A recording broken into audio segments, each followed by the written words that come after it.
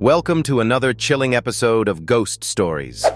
Tonight's tale is one that will send shivers down your spine and leave you questioning every shadow you see tonight.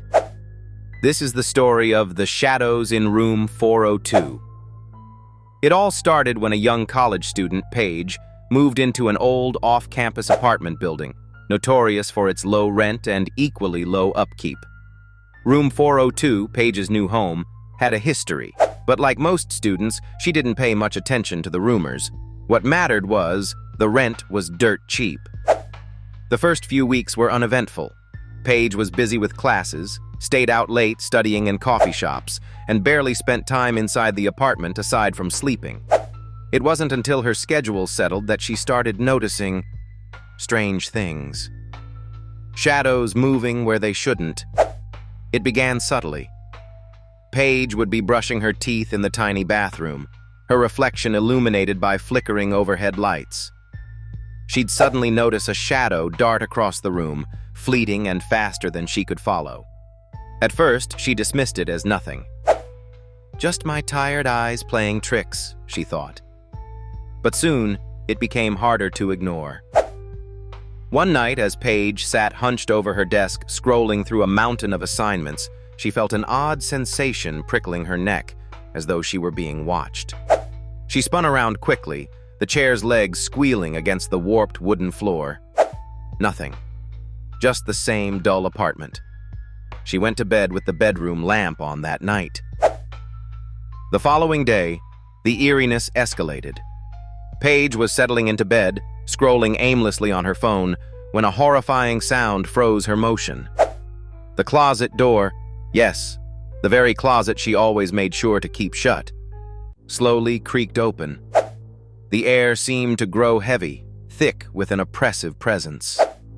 Paige whispered an audible, "Hello?" She felt silly. Who would be there? But the silence that met her was deafening, unnatural. Her heart pounded in her chest as she tried to rationalize what just happened. Maybe the building had drafts? Maybe the old floors shifted, right? Then came the whispers. Paige soon began hearing faint whispers echoing in the apartment, barely audible, like static, or the distant murmur of a radio that you couldn't quite make out. They were maddening, repetitive, often muttering her name, Paige, in an almost sing-song voice. She tried to tell her friends about it, but they laughed it off. "Your room's probably haunted," they joked, while another friend teased, "Just don't spend so much time there. My aunt says spirits only bother you if you're alone." But it didn't matter if she was alone or with her friends. The shadows followed her, always in the corner of her eye, darting out of view whenever she tried to look directly at them. Paige's easy laughter stopped. Her grades suffered as sleepless nights turned into paranoid days. Coffee wasn't enough to banish the exhaustion she felt from being on edge every second she spent in that apartment. Then the events turned physical. Late one night, Paige was jolted out of sleep by a thunderous crash that shook the entire apartment. Her bedside lamp had fallen, shattered into pieces near her bed. She was disoriented, but her gut told her this wasn't simply gravity's fault. The lamp had been unplugged and placed perfectly upright. There was no chance it had just fallen. Her breaking point came 2 days later. Paige had gone out for a walk, desperate for fresh air and some perspective that wasn't tainted by her mind's fixation on room 402. When she returned, the atmosphere felt off. The apartment was dark, the curtains drawn, though she distinctly remembered leaving them open, and the whispers were louder than ever. As she stepped through the threshold into the apartment, her heart racing, the whispers stopped suddenly, completely, like someone had hit mute. She dropped her keys on the counter and turned toward her bedroom. And that's when she froze. The figure standing there, a silhouette darker than the shadows themselves. A tall, gangly form with inhumanly long limbs, its head tilted to meet her gaze. Terrified, all Paige could do was stand there, paralyzed. The seconds stretched into eternity. The shadow figure didn't move or lunge, at least not immediately. but when the lights flickered violently, Paige screamed and bolted out the door. She didn't consider herself brave.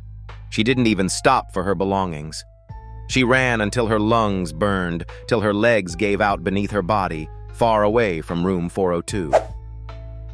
Paige stayed with a friend that night, still shaken and paranoid. When she finally gathered the nerve to tell her landlord about the events, their response left her even more unsettled. "Oh, you must have seen him," the landlord said nonchalantly. "He's been around here for a while. Tenants come and go, most leave pretty quickly." His casual tone suggested he didn't even believe it himself, though.